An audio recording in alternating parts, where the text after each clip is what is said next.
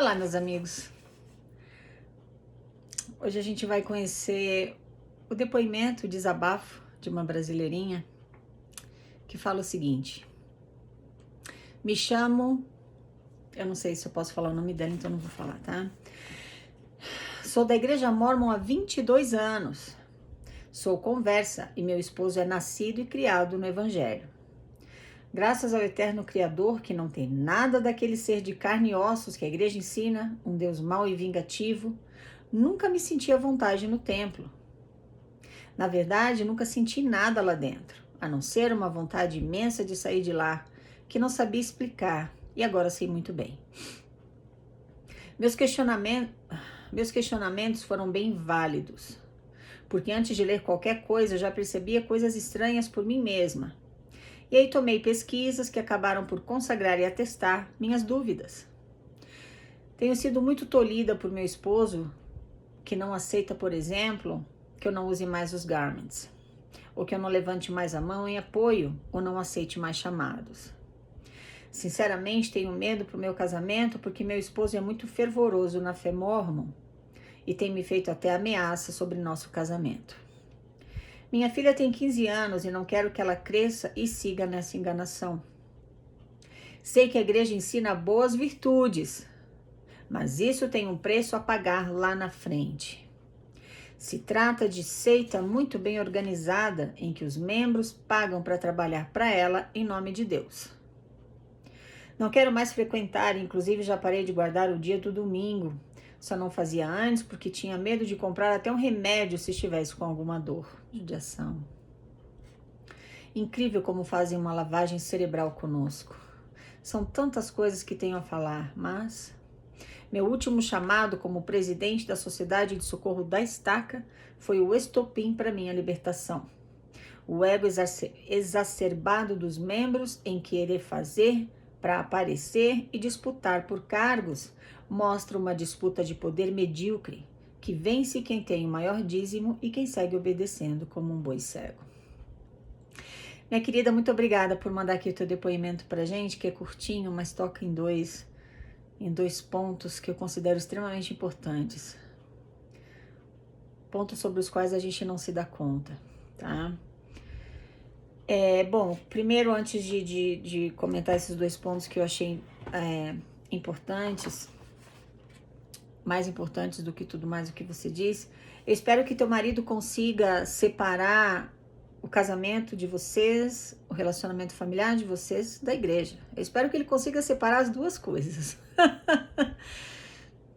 Existe um preço muito alto a pagar caso ele decida que se você não quer mais saber da igreja, então a gente vai se divorciar, porque se você quiser ir para o inferno, você que vai para o inferno sozinha.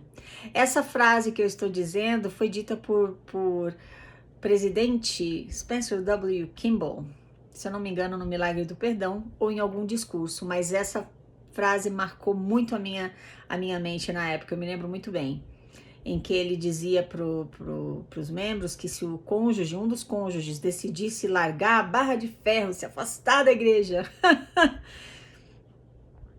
que era melhor então que eles se divorciassem, porque se um dos cônjuges quer ir para o inferno, que ele ou ela vá para o inferno sozinho.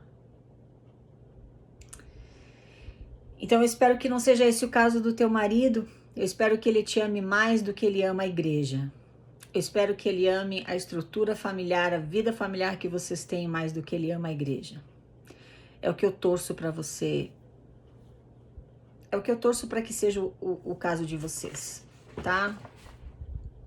Manda para mim um e-mail e me diga como é que tá a situação, porque você me mandou esse e-mail ano passado e eu peço mil desculpas, ele ficou meio perdido ali no meio das outras histórias.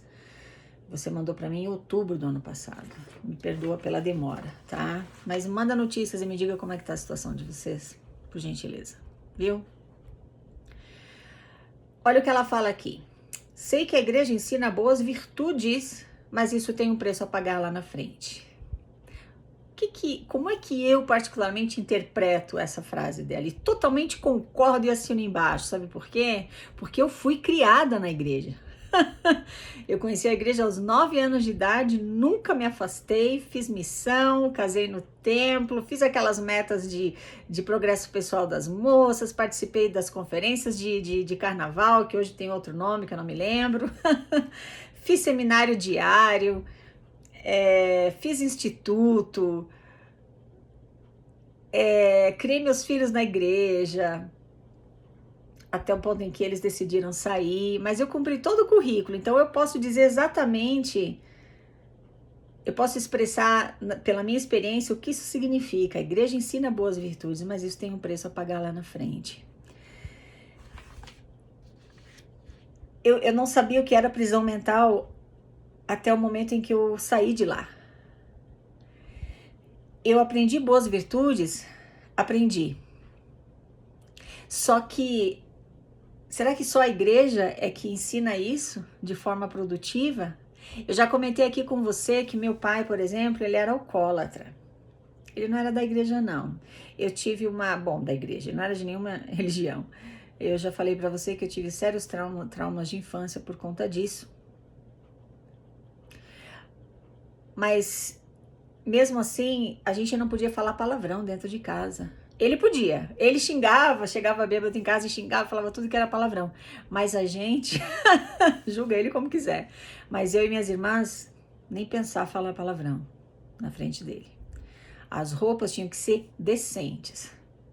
Ele não deixava a gente usar short curtinho, mostrar barriga e coisas assim.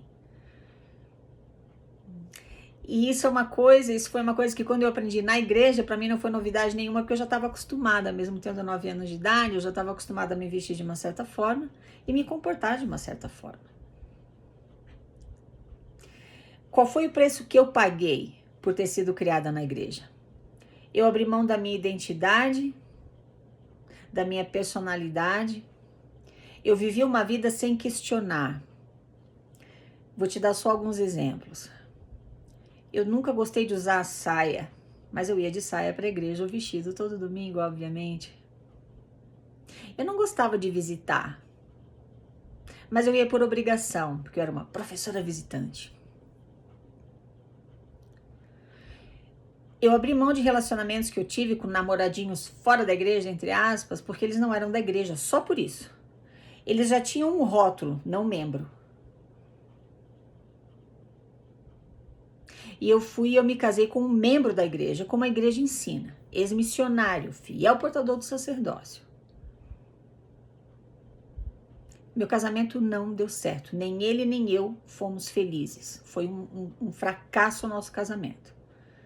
Ah, mas não é sempre assim, mas claro que não é sempre assim, mas para mim foi, comigo foi, e eu não sou, e o meu caso não é incomum. Existem muitos divórcios na igreja. Por quê? Porque o fato de você casar com um fiel portador do sacerdócio lá, entre aspas, não é garantia de felicidade, não é garantia de sucesso no relacionamento. Esse é o problema. Mas você como membro, você não questiona. Como membro da igreja, você não questiona. Você pode até gostar de alguém que não é da igreja.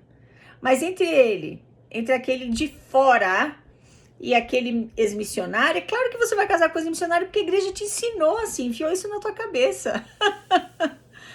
Entende o que eu quero dizer? Eu não parei para pensar. Eu falei, não, tem que ser ex-missionário, então vai ser ex-missionário.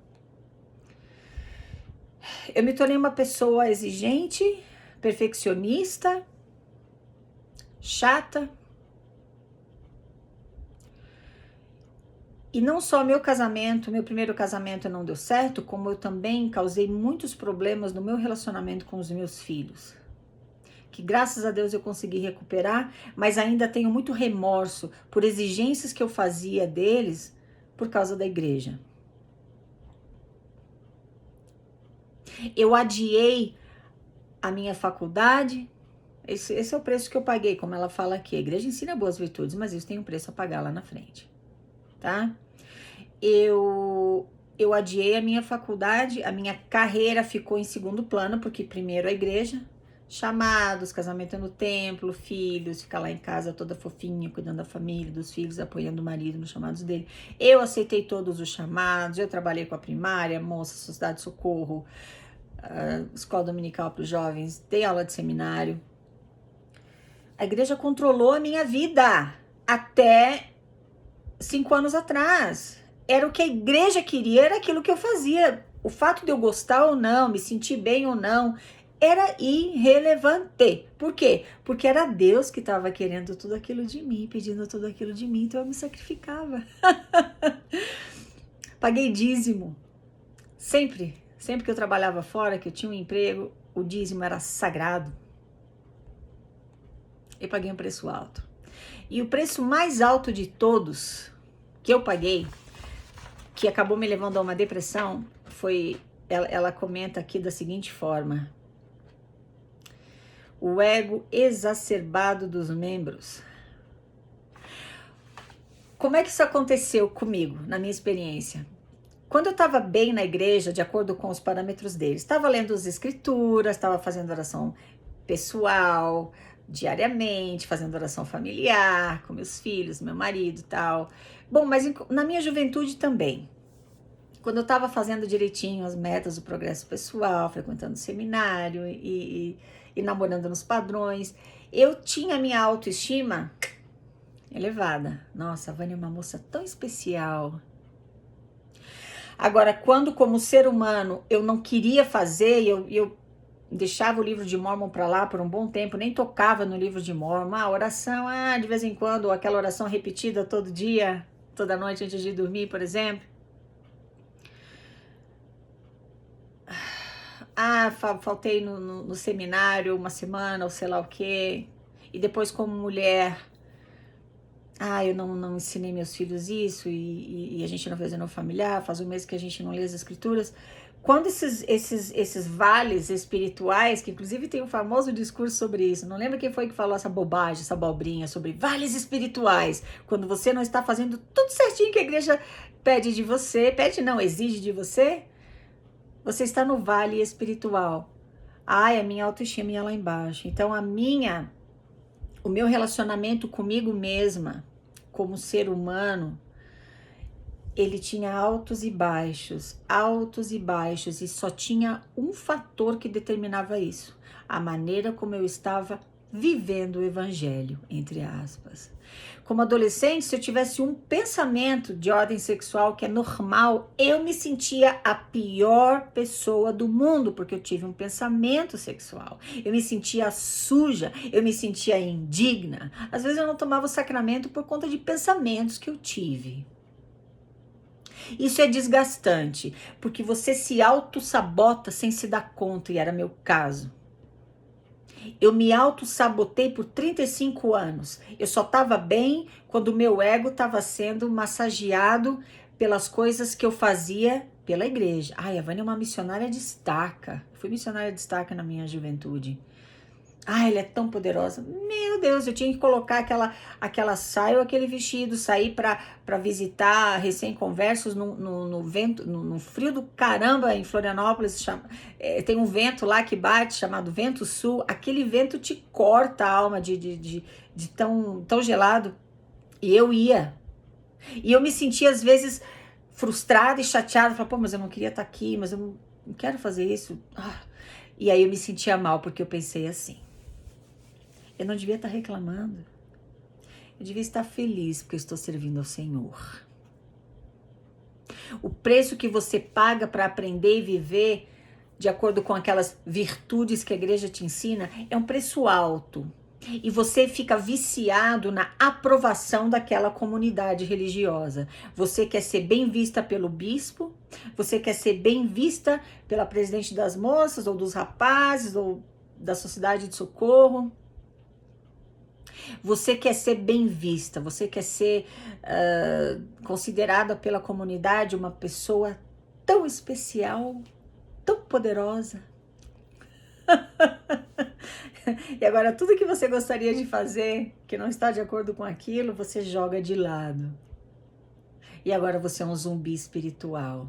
Você se auto-sabota, você só abaixa a cabeça e diz sim. E você segue obedecendo como um boi cego. Essa é a expressão que ela usa. Presta atenção no que significa para você frequentar a igreja, principalmente se você foi criado lá. que foi meu caso. Como recém-converso, a tua experiência vai ser totalmente diferente se você conheceu a igreja, recém-converso. Se você conheceu a igreja na tua idade adulta, por exemplo, ou na tua juventude, a experiência vai ser diferente para cada indivíduo, mas essa foi a minha experiência, tá? E eu gostei muito das coisas que ela falou, porque a gente não se dá conta disso. A gente não se dá conta no preço que a gente paga por viver de uma forma que uma instituição decidiu que a gente tem que viver. E a gente não se dá conta que muitas vezes o que segura a gente lá é o nosso próprio ego. Mas agora a autoestima vai sofrer. Por que eu disse para você que essa parte aqui do ego me levou a uma depressão? Por quê? Porque conforme eu fui tendo a minha jornada na igreja, chegou um ponto na minha vida em que eu achei que estava tudo errado. Tudo errado. Eu comecei a pensar, peraí, agora eu já estava casada, tá? Com meu segundo marido. Chegou um momento em que eu pensei, tá, peraí, meus filhos se afastaram da igreja, não querem mais saber da igreja, meu relacionamento com eles estava péssimo, porque eu não respeitava isso. E eu pensei, bom, perdi meus filhos pro mundo, meu primeiro casamento fracassou, então eu fiz tudo errado. Eu não consegui sair daquele buraco que eu mesma me coloquei por ser um membro tão fiel da igreja. E agora eu caí num poço que se transformou em depressão. Eu, particularmente, só consegui sair daquele poço da depressão quando eu abri mão de ser membro da igreja. Aí eu encontrei a felicidade que eu tenho hoje. Melhor ainda, eu tive todo o embasamento que eu precisava para sair de lá com a cabeça erguida, tendo descoberto que aquilo se trata de uma farsa, é nada menos do que uma empresa que usa desses artifícios mentais, emocionais e psicológicos para te manterem lá e manterem a máquina financeira deles a 1000 por hora. Quando eu descobri isso, então acabou. Agora bora ser feliz. Dá uma olhada na minha expressão hoje, na minha expressão facial hoje, na expressão facial que eu tinha naqueles primeiros vídeos lá em 2017. Veja se você nota alguma diferença. Não é por acaso. É isso aí. Muito obrigada por me escutar, meus queridos. Falamos na próxima. Tchau, tchau.